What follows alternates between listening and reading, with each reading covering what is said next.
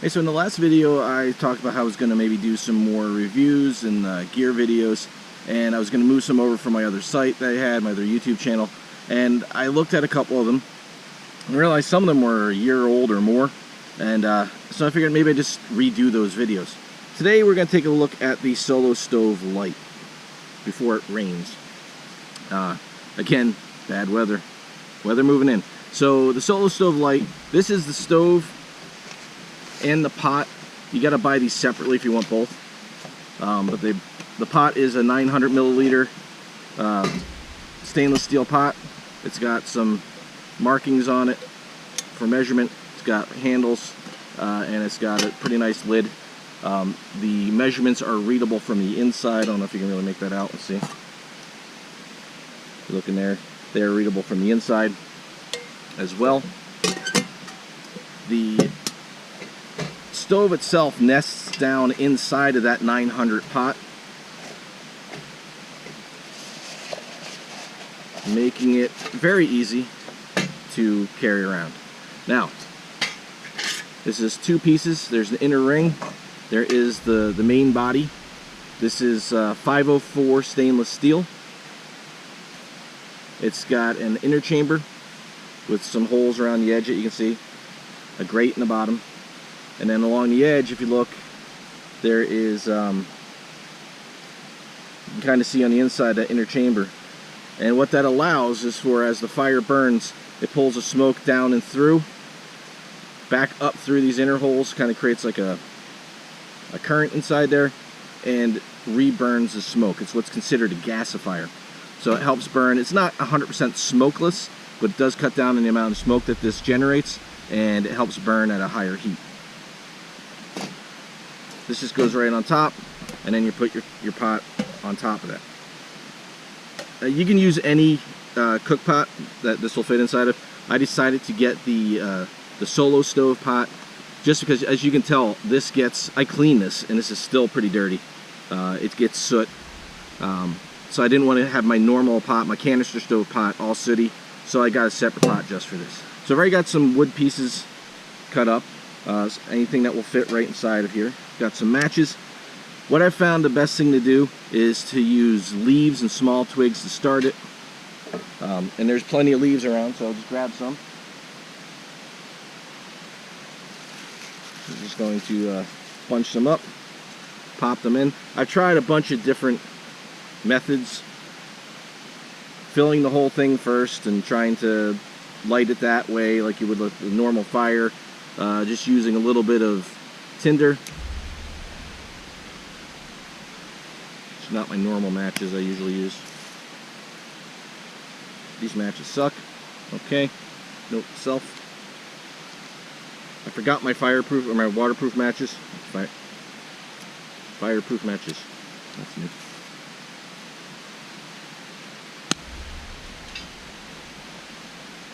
These matches suck so much.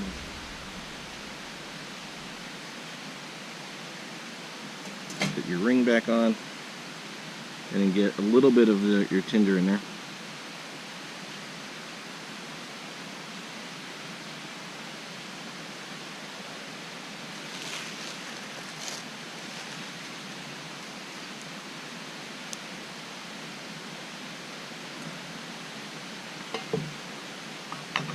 And while I've got that starting up,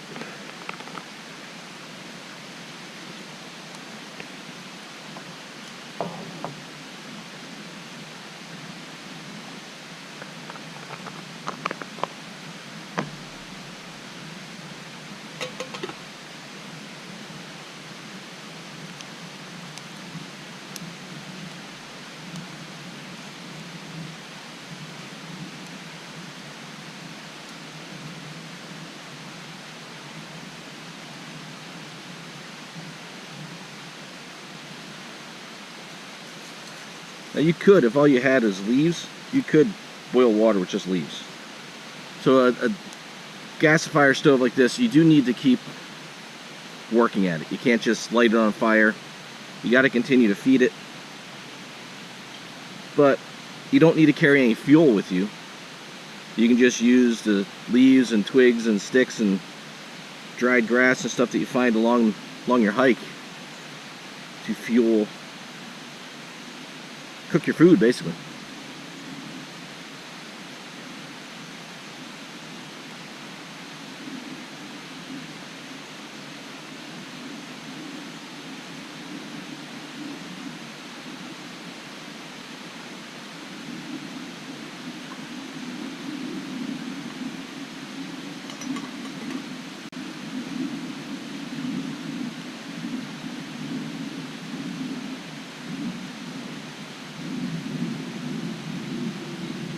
So why would you need a stove like this, right?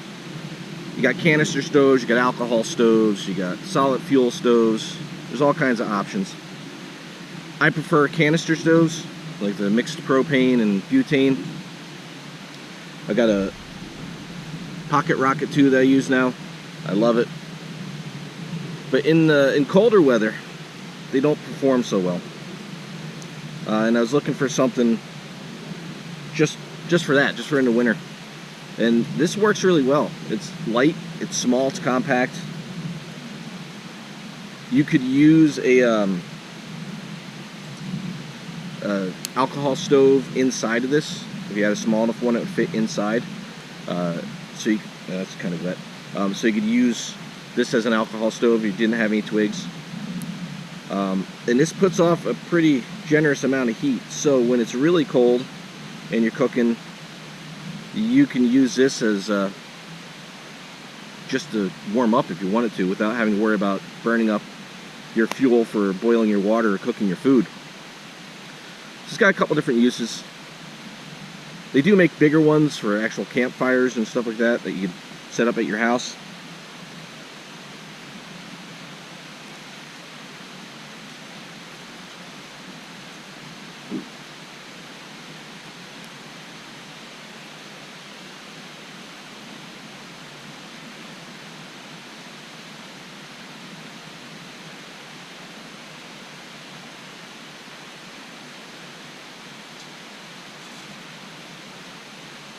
I'm going to turn towards you. So this opening is big enough that you can fit your sticks in, feed it. It's always good to have something else to use to poke everything back down in there. Water's starting to boil. Burn up these matches too. It gets hot.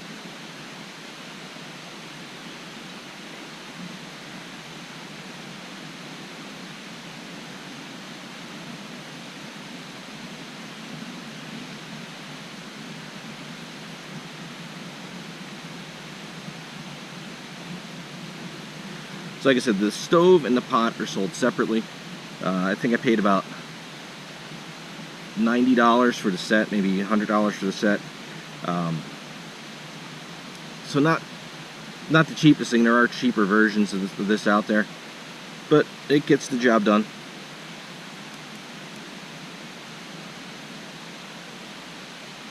And now I'm out of boil.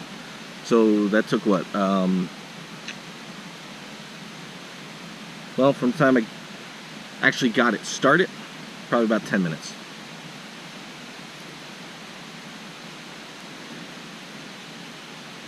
If need be, you can boil your water down. But I hiked out here so I could have some breakfast, so I'm going to do that now.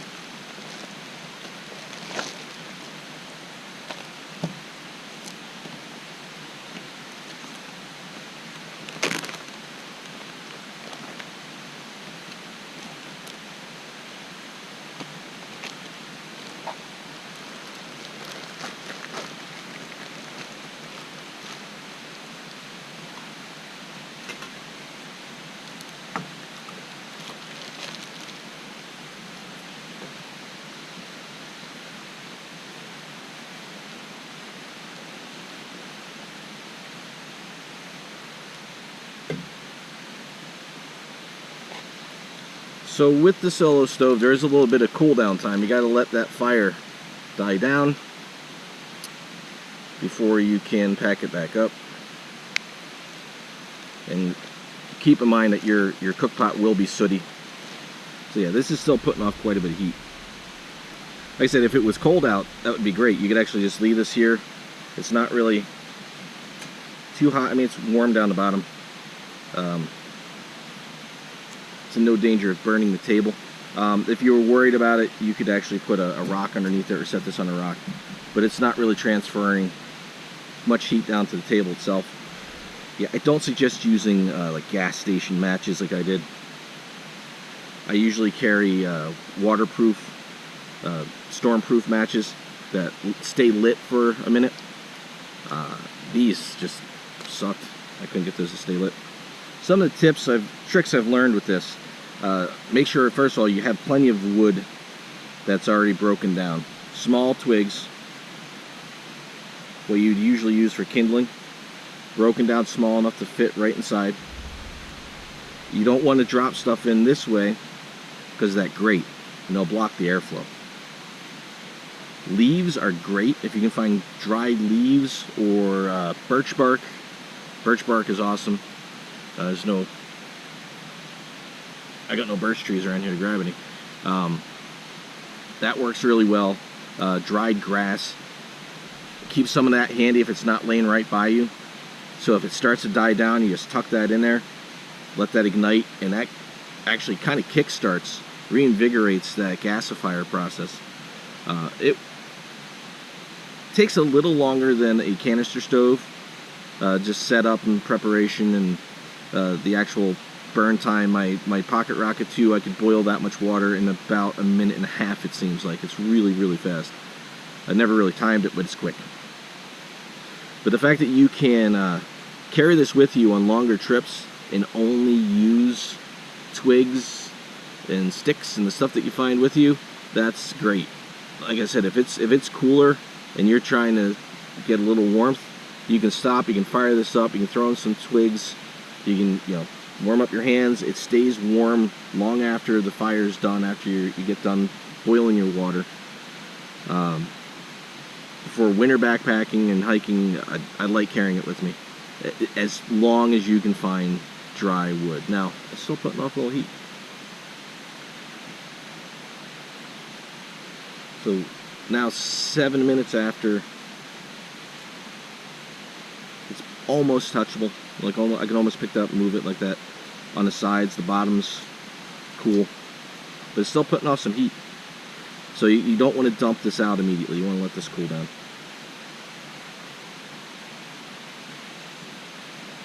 Yeah, so now we're like 10, 11, 12 minutes after the fire's out, and this is just starting to be manageable. So I'm going to let this cool down some more. I'm going to eat my oatmeal. That top ring is still hot. So while I was having my breakfast, I thought, hey, I should show you this spork, because this is not one that you normally see. I like having a long-handled spork. And my Light My Fire spork that I was carrying for a while is a great spork, but it's kind of stubby. When you're using a self-made or any kind of dehydrated food where you're eating out of a bag, it's really hard to get down to the bottom. This is made by a company called Human Gear. I don't know if you'll be able to see that. Probably not. Made by a company called Human Gear, and this is actually, it gives you the long-handled spork design, but it also gives you a compact way of carrying it, because they fit together. All right. It also gives you the opportunity to use them separately. So you have a fork and a spoon, so if somebody forgets their spork, you got an extra one for them. I believe this is called the Duo, and I got this, I'm not sure how much these things cost. I got this in a monthly subscription. I have that Cairn rocks, which is kind of cool. I've gotten some cool stuff from that. My hydro bladder, it's a Mazamba.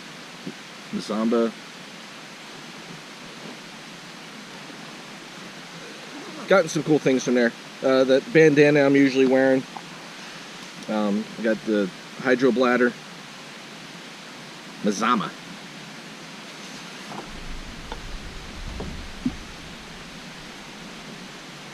Dropping stuff. So you get some cool stuff from there. if you like subscription packages and getting surprises, you should check it out. You usually get like 3 or 4 things, maybe 5, depending on how much they're worth. You get it every month. But yeah, I really like this. I got this maybe 3 months ago, 4 months ago, and it just immediately became a part of my normal gear. It's just, I like the design. No knife, although the fork does have kind of edges on it. I guess you could use that as a knife, but not serrate it. But honestly, I'm not usually taking steaks or anything out with me. I'm usually cooking dehydrated meals and no need for a knife. If I really need a knife, I usually have one on my backpack. So, not a steak knife, but you know, like a folding knife or a survival knife or something like that. So yeah, it's easy to clean, packs down nice. I can put this right in, I could put this right inside my kit here if I wanted to. Oops. Could put this right inside the kit. I usually pack it in my Flectex pouch. Goes right in there, and that way I always know it's there. So yeah, that was just something else I want to show you guys. It's a Human Gear Duo, I believe it's called. They got a couple different kinds.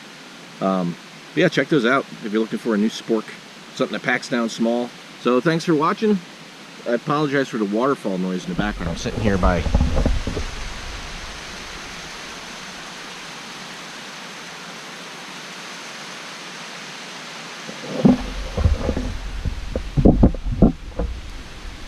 sitting out here at Prompton, trying to beat the rain.